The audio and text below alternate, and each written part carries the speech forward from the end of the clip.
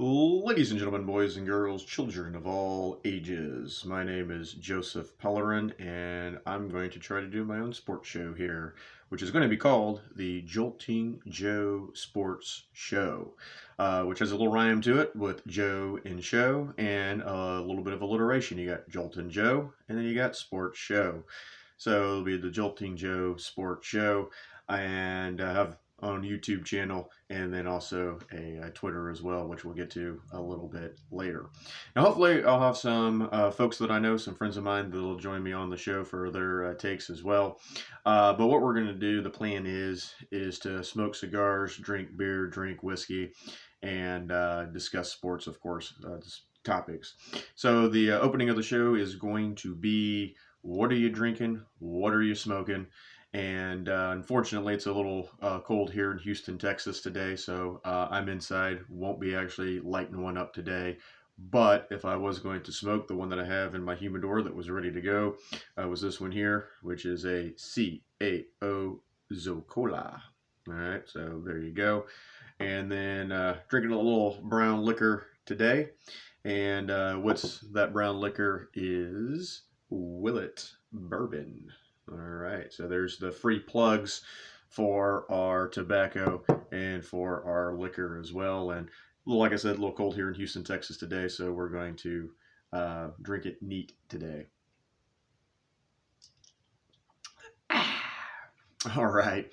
So to give you all some background about me personally, I'm 40 years old, huge sports fan, huge sports junkie. I will pretty much watch anything that you put on when the Olympics come around. I watch everything. All right, last Olympics, Winter Olympics, I should say, for curling, men's curling team gold medal match. Yes, I was up at 3 o'clock in the morning Central Time watching it live from South Korea. That's how crazy I am. Okay. As far as the big sports go, though, favorite teams usually go with the Houston area. So I'm an Astros fan, as you can see from the shirt there. Also, to Rockets fan as far as basketball. Football, I differ, though. We don't know what happened. We're not sure. Born and raised here in Texas, something happened. But I'm a fan of the football team there in Washington, which will have a new name here on Wednesday, February the 2nd. But, it's me and Matthew McConaughey. McConaughey, famous Texan. Also, his favorite football team is the football team there in Washington. And speaking of Matthew McConaughey, as far as college goes, fan of the University of Texas Longhorns, and I try to follow hockey as best I can. We've only got one team here in Texas, though, it's the Dallas Stars. There's a little rivalry, if you don't know, between Houston and Dallas. We really don't like each other all that much. But since Houston has no hockey team, kind of have to support the Dallas Stars as far as that goes. Also enjoy watching golf. Always try to watch the four majors for sure. Don't do a lot with horse racing unless it's a Triple Crown. Yeah, I think that's pretty much it. Haven't gotten in the Premier League yet. I need to, though. I got to pick me a team. I got a lot of friends that are in Premier League, so if I get into the Premier League stuff, after I get, I'll pick a team. We'll try and figure that one out as well. Okay, so that's kind of what's going on with that. And hopefully I can do these at least once a week. That's going to be kind of the goal, kind of hit the big topics of the day, talk some local sports since I'm here in Houston, and then also to talk some national stuff too, especially like I said with the golf when it gets to the big majors. We can throw some NASCAR in there too, whatever's pertinent, whatever's going on during this time. But right now, couple topics I want to hit today. Number one, of course, last weekend, the college football season came to an end with Georgia's big win over Alabama. So cheers to the Georgia Bulldogs for finally winning a national championship. First time they'd won in a while. It was like 1985, I believe, if I remember right. But they are the national champions. And of course, Alabama's the Patriots of of college football. So anytime Alabama loses, unless you're an Alabama fan, it's a good day. All right, so cheers. All right, and then the last thing with the college bowl season, just real quick on that, Curb Herbstreit, when he was on one of the bowl games, they were basically discussing players sitting out for the bowl games. And they were saying, that basically these players don't love football, all right, which is total bullshit, all right, and I think we all know that. You got to remember right now, this year, now a couple of them did get canceled because of the vid, but there was supposed to be, I believe, 42, 43 bowl games this year. Now, you can subtract 3 from those because 2 of them were the semifinals game for the football play for the playoff, and then the other one was, of course, the national championship game. Okay, so you're still looking at like 39 freaking bowls. All right, now back in the old days, there weren't that many. Okay, I mean, the way that it is, and I need to look this up. Maybe I'll Google it here while I'm kind of talking to y'all, but it's something like 60 or 70%, something like that, of all D1 bowl series teams go to a bowl game. Basically, all you need to get into a bowl game is to have like 6 or 7 wins, and that gets you in. Okay, and I understand, giving teams, a shot at going to a postseason. Okay, but the thing is, who, if you're a number 1 prospect, if you're an NFL prospect and you're going to go first in the draft, or in the first round of the draft, or you're going to go in the second round of the draft, why the hell do you want to play in the freaking Cheez-It Bowl, for crying out loud? And like, I got ESPN pulled up here. I'm gonna read y'all some of these ridiculous ass bowls here. All right, but this is what was on the agenda. There was the Tail Greeter Cure Bowl, the Bahamas Bowl. There was the Roof.com Boca Raton Bowl, the Cricket Celebration Bowl, the PUBG Mobile New Mexico Bowl. Let's see, Lending Tree Bowl, the Jimmy Kimmel LA Bowl. We had the Myrtle Beach Bowl, the famous Idaho Potato Bowl, the Tropical Smoothie Cafe Frisco Bowl, the Gasparilla Bowl, the Quick Lane Bowl. All right, and then the First Responders Bowl, the Guaranteed Rate Bowl, the Pinstripe Bowl, the Cheez-It Bowl, the Duke's Mayo Bowl. All right, and on and on and on and on. All right, now, if I'm playing for a big school and I'm defensive end or quarterback, linebacker, whatever, doesn't matter what position, and I got a chance, I'm going to enter the NFL draft, why am I going to risk injury in a meaningless bowl game? All right, why am I going to risk injury in the Cheez-It Bowl or the Duke's Mayo Bowl? All right, when I'm playing a freaking 7-5 team, all right, because my team was 7-5, why the hell am I going to do that? All right, why am I going to risk my future, my money, to go do that? It's not because I don't love football, it's because I'm looking after myself. And you can say whatever you want about letting the team down, blah, blah, blah. But the fact of the matter is, I don't think the teammates care, because once again, unless you're not going to the NFL and you want to play your last game as a college athlete, that I get. That's perfectly understandable. But really, I mean, are you going to risk blowing your knee out in the freaking Gasparilla Bowl? No, you're not. Okay? Now, I will make the argument that no matter what, I think if you're going to a big bowl, if you're going to a New Year's Six Bowl, if you're in the Rose Bowl, the Citrus Bowl, the Orange Bowl, Sugar Bowl, Cotton Bowl, any of the big ones, that one you should play in. All right, and that's just a personal preference with me, because those are big bowl games. All right, they're New Year's Day or New Year's Eve, traditional, a lot of eyes on you, nationally televised. A lot of people watching them. All right, a lot of tradition built up with those bowls.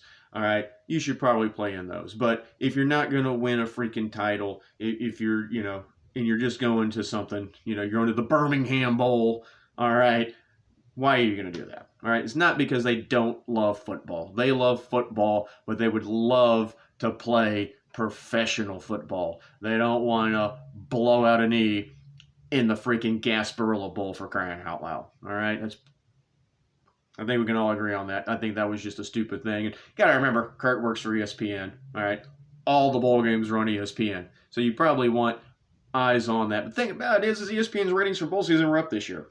All right, nobody knows that the starting right guard, all right, of Auburn didn't play in the Birmingham Bowl, and if they did, they don't know who the hell he is anyway. All right, they're just going to watch the bowl game because there's a freaking bowl game on. It's Christmas break. You're off of work. It's a Tuesday afternoon. What the hell else are you going to do? You're going to drink. You're going to smoke. You're going to watch the freaking Birmingham Bowl, for crying out loud. All right, man. Congrats to the UH Cougars for beating Auburn. But once again, Auburn had a lot of people set out. But yeah, really. But that is a cool trophy. That is the Cheeks Out trophy, the bare bottom trophy, as it were. But if you haven't seen that, it's the Vulcan trophy. It's called. But yeah, it's a little cheeky, if you know what I mean. All right. But anyway, so that's just my thoughts and opinions as far as that goes. Also, too, just kind of real quick too with college football and what's happening with that. We'll just hit a couple topics with that. First of all, the NLA name, image, likeness. Name, image, NIL. There we go. Name, image, likeness. I know my alphabet, I swear. All right, the NIL, name, image, and likeness. This is a long time coming. I'm all for it. Okay, I have no problem with it as ever. All right, this is a personal list of mine. These are, in order, the 3 most corrupt sporting organizations in the world. All right, number 1, FIFA. Number 2, the IOC, the International Olympic Committee. And number 3 is the NCAA. Okay, those are the top 3 most corrupt, all right, sporting organizations in the entire freaking world. All right, and the NCAA is such a hypocrite. They always say, "Oh, we have the best interests of the student athletes at heart." All right, but the 5-star recruit going to Alabama can be given a freaking car. They don't say jack shit about it, and then the girls volleyball team's trying to raise money. They have a car wash, but they used water from the campus. That was a real thing, by the way. Now, I don't know if it was a volleyball, but it was a real violation because somebody had a car wash because they used campus water.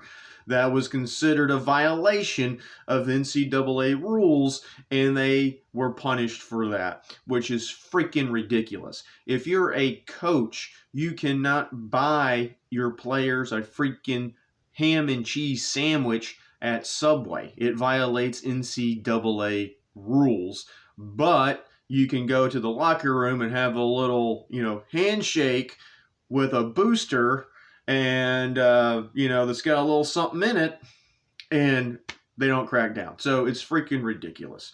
When we can get into this too, well, what do you do about the players? Because, yes, they are getting a full scholarship, but the coach of that university, let's say it's a big university, it's Nick Saban, it's Jimbo Fisher, it's Sarkisian, it's, Lane Kiffin, whoever, it is. All right. They're getting paid $5, $6, $7, $8 million a year to do that job. And these kids, yes, they do have a scholarship. Yes, they are getting a free education. But a lot of these kids do want to go on to professional sports. All right. They do want to make their living playing football or baseball or basketball. All right. And so, you got that, you're doing that. But they come from a poor family. Maybe the only way that they can get out of their situation is going on to the NFL or the NBA. All right. And they're worried about keeping their mom's lights on, and they're not getting paid dick for it. All right. Now, I know there's some issues with paying players in college athletics because obviously if you're the University of Texas or you're Alabama or, we're talking about Duke with basketball or something of that nature, with these big universities that have a lot of money, obviously you're going to be able to afford it instead of the football championship series teams like a Stephen F. Austin or a Sam Houston State or a North Dakota State or a Central Florida or something, of that nature. Okay. Which of course, Central Florida is D1, but still. Okay. One of those smaller schools, but it just seems like at least they could be given a stipend for living expenses, have a little pocket money just to run around with. All right. I don't think that would be a huge deal. All right. At least, give them, for whatever, for that, make it small. Okay. So everybody can compete. So not everybody, if you go to Alabama, you'll get $1,000 stipend a month. But if, sign somewhere else, it's only $500. All right. You can't do that. All right. You can't do that. As far as that goes. So with these players, which are basically, property of the NCAA for all intents and purposes. All right, as for because the NCAA is making a shit ton of money off of them. All right, they're licensing and TV contracts and everything else that you can freaking think of. All right, they're making money. Look how much money the NCAA makes off of March Madness. All right, CBS contract, huge media contract. They're rolling in the dough. They're charging for the tickets. When you buy tickets, you're buying tickets from the NCAA. All that money, yes, some of it goes back to the schools, but the schools are a nonprofit. They got to put it back into the, into the schools, which is fine. All right, but it's not going. All that football money actually goes back into the football team. All right, in the other sports and some of the other sports too. But they're not building the new academic center, from football money. But that's a whole other story too.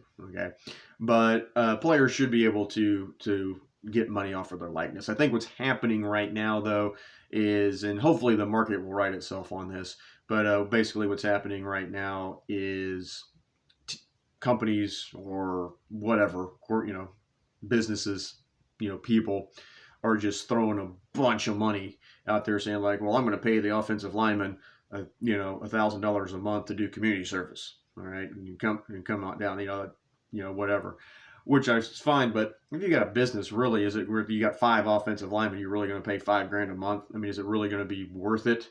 To keep that going. Are you going to see a return on your investment? Probably not. All right. So I think things will right itself as far as that goes. But the NIL, all for it. I mean, you should be able to charge for autographs. You should be able to charge for jerseys. You should be able to go do an endorsement deal if you want to, and be in a commercial, and and be a sponsor with Nike or whatever the hell. Okay, you should be able to do it. It's your name, it's your image, it's your likeness. That's the way that they should do it. Okay, so I'm all for it. Just right now, it's just crazy because it's just starting, and yeah, it's kind of a lot of handshake deals, a little wink wink, nudge nudge, under the table kind of stuff. Like, hey, if you come play for,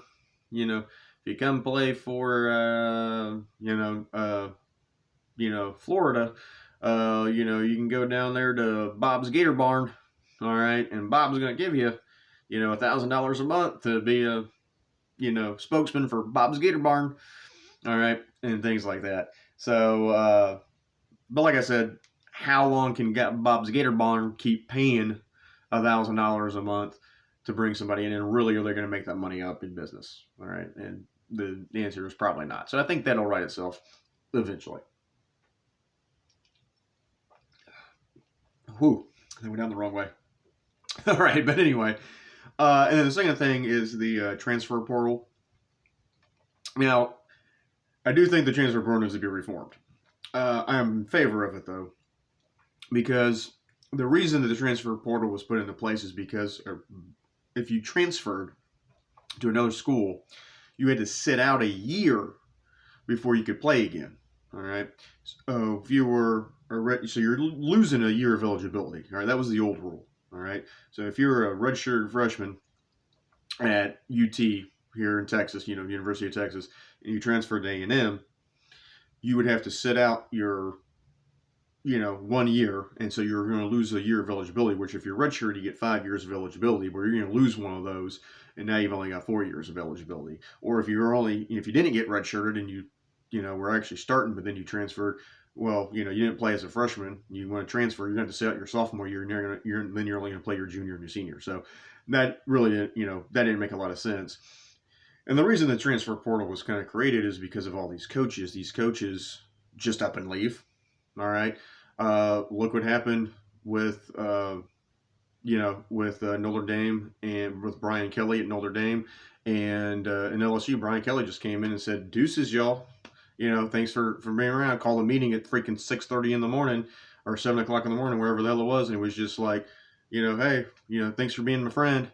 All right, and just deuces, we'll see you later, and then went to freaking LSU, and it's like, well, you signed a letter of intent as a player to go play for maybe a coach. So if you went to LSU and Coach O obviously stepping down, maybe you don't want to play for anybody else, or you want to go play for somebody else, you should be able to transfer out of LSU. If you're a Notre Dame player and Brian Kelly recruited you, all right, and now Brian Kelly's gone, you should be able to transfer. All right, I've got no problem with that. Coaches do it; the players should be able to do it. All right, whether a coach gets fired or whether a coach leaves on his own volition, you should be able to move and not have to sit out for a year.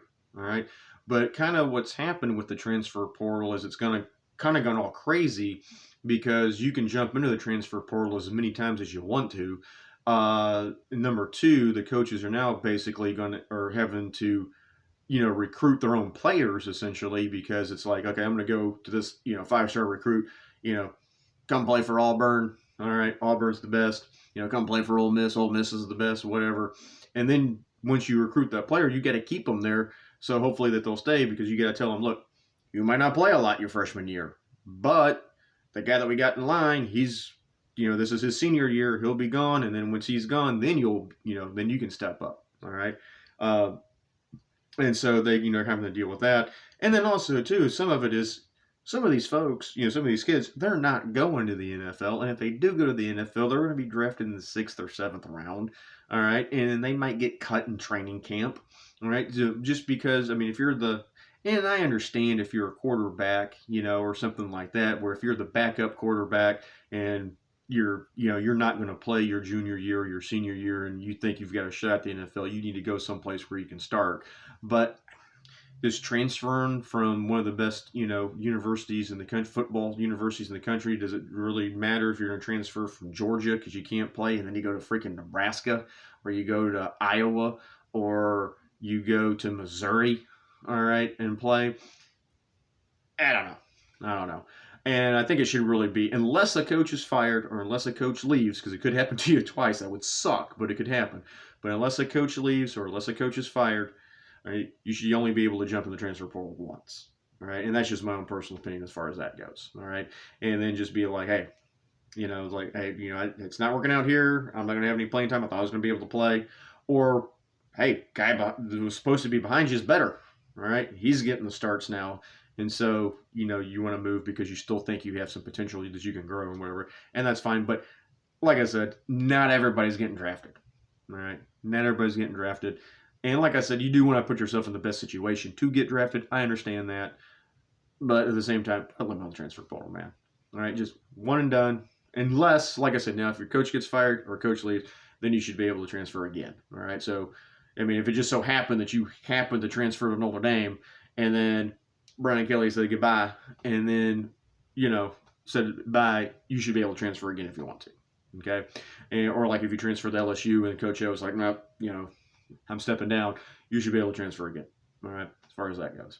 All right, so that's what's going on with that's just my opinions and views on college athletics there. All right? So, cheers. All right. We are in the middle of the NFL playoffs. Hopefully, the playoffs will be better this weekend than they were last weekend. We did have quite a few blowouts last week. It's kind of weird, especially this season. It seemed like there was a big difference between the good teams and the not so good teams. All right, there was a lot of teams that were floating around. Kind of that 9-8 kind of record, floating around that 8-9 record, and that still had shots at the playoffs. Okay, my team, the football team, they finished the season 7-10 on the season. 7 wins. Funny enough, won the division last year. Not so much this year. They finished in 3rd place, obviously, but. They were right into the playoff hunt until week 17, the 16th game of the season, and when they lost to the Eagles, and that was it. But they were still in the hunt at that point. The Steelers barely got in. Maybe shouldn't have been in, but the Chargers just could have tied. but as far as that goes, so there was a lot of, the Vikings were kind of up in it, and they ended up with, I think, a losing record, kind of close, to that, like I said, 9-8, 8-7 type of record where you're just over 500, just below 500. So I don't know if there's just that much separation between the good teams and the bad teams.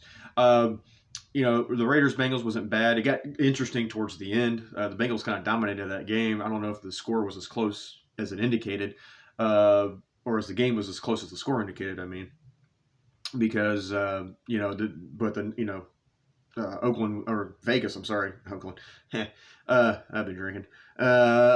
Vegas was able to get score a couple score late, and then they actually did have a shot to tie the game there at the end. So that was kind of thrilling.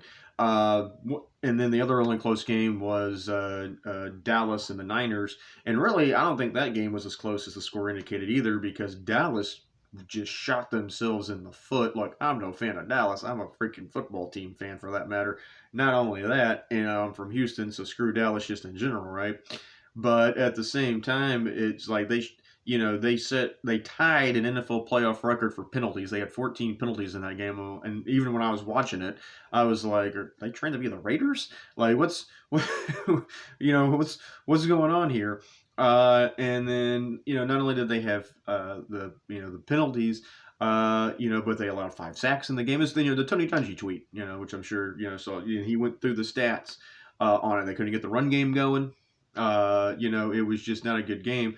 Really, what kept Dallas in that game was, number one, Jimmy G threw that horrible interception in the fourth quarter.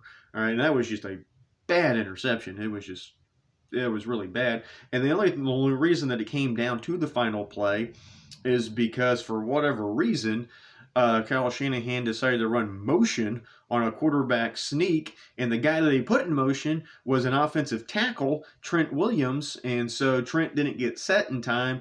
Center hiked the ball too soon. They get called for a false start, and the ball gets moved back 5 yards. They end up punting, but number one, if they don't get the penalty and they get the first down, game's over. All right, all Jimmy G has to do is take a knee, ball game's over. And then also, too, the punt went into the end zone for a touchback. Punt doesn't go, they pin him inside the 5, that game's over. All right, they never get down to where they got in the first place. All right, and also, too, just running the ball with no timeouts and going down the middle of the field, that's just risky AF anyway. All right, and had that been my team, my mind would have, or my head, excuse me, would have just exploded. I would have been like, "What the hell are you doing?" Despite where they could get it spiked or not, but it was just, that kind of is what it was. You know what I mean? And but everything else, I mean, the Kansas City kicked the crap out of Pittsburgh, the Rams kicked the crap out of the Cardinals. And then the Bucks kicked the crap out of the Eagles. Right? And the Eagles weren't very good either. All right. So they just got their. So hopefully we got some better games coming up here. Let me get in here too and see what we got going with. So tomorrow, which is Saturday, I'm recording this on Friday, by the way, January the 21st. But what we've got going on,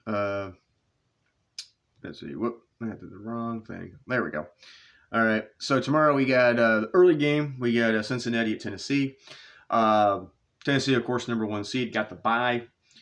Bengals are hot. Joe Burrow's really good. Jamar Chase is really good. Also, too, Joe Mixon's really good. The Titans are getting Derrick Henry back. Now, how effective is he going to be? I don't know. But the Titans still got the number 1 seed after losing Derrick Henry. Tannehill hasn't been spectacular. It's probably going to be a close game in my estimation, but I think Tennessee at home is going to pull it off. I think the clock's going to strike midnight on Cincinnati, so we'll see how that goes. The spread is Tennessee -3 or 3.5, depending on where you're looking at it for right now. Tennessee -3, I'm okay with. 3.5, we'll see, because it could be a close game because it is the Titans. All right, but they have gotten better. So, and with Cincy going on the road, I think the home team will have it. And of course, Dallas last week was the only home team not to win. All right, so almost every home team won, with the exception of Dallas. Niners going into let's see, and then then the late game, which it's supposed to be freaking cold up there in Green Bay. Could be in the negatives. We'll see. All right, it was cold in Buffalo last week. Oh, that was the other game I mentioned. Yeah, Buffalo blew the doors off of New England. I didn't see that one coming either. Jesus.